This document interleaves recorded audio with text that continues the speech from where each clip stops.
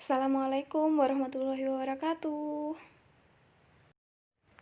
Saya Cindy Ayu Puspitasari dari Prodi Pendidikan Biologi. Di video ini akan menjelaskan tentang belajar menggunakan alat peraga edukatif. Langsung saja kita akan menuju ke materi.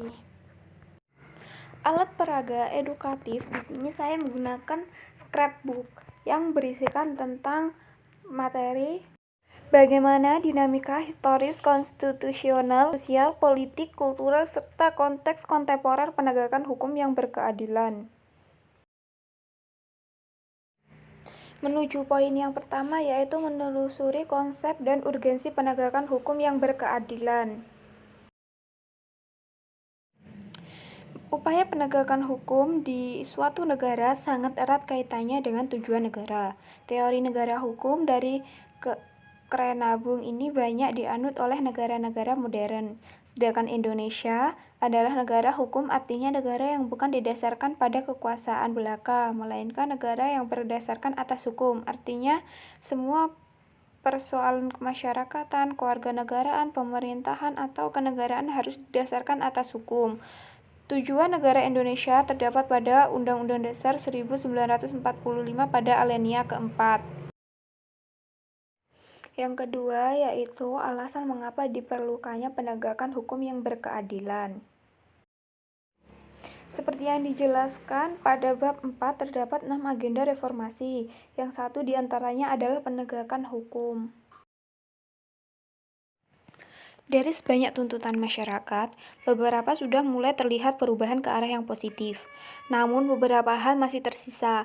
Mengenai penegakan hukum ini, hampir setiap hari media massa baik elektronik maupun cetak menayangkan masalah pelanggaran hukum, baik terkait dengan masalah penegakan hukum yang belum memenuhi rasa keadilan masyarakat maupun masalah pelanggaran HAM dan KKN.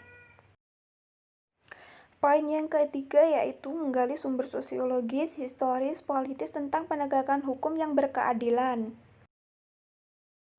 Agar negara dapat melaksanakan tugas dalam bidang ketertiban dan pelindungan warga negara, maka disusunlah peraturan-peraturan yang disebut peraturan hukum.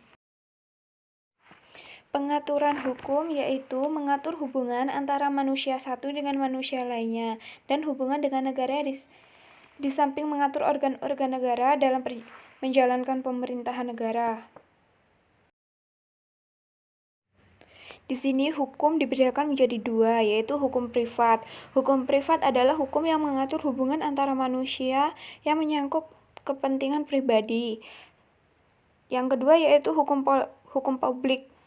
Hukum publik adalah hukum yang mengatur hubungan antara negara dengan organ negara atau hubungan negara dengan perseorangan yang menyangkut kepentingan umum.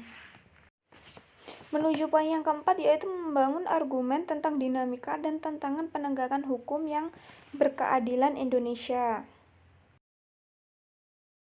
Banyak kasus perilaku warga negara sebagai subjek hukum, baik ia bersifat perseorangan maupun kelompok masyarakat, yang belum baik dan terpuji atau melakukan pelanggaran hukum, menunjukkan bahwa hukum masih perlu ditegaskan. Poin kelima yaitu mendeskripsikan esensi dan urgensi penegakan hukum yang berkeadilan Indonesiaku. Penegakan hukum bertujuan untuk mewujudkan peraturan hukum demi terciptanya ketertiban dan keadilan masyarakat.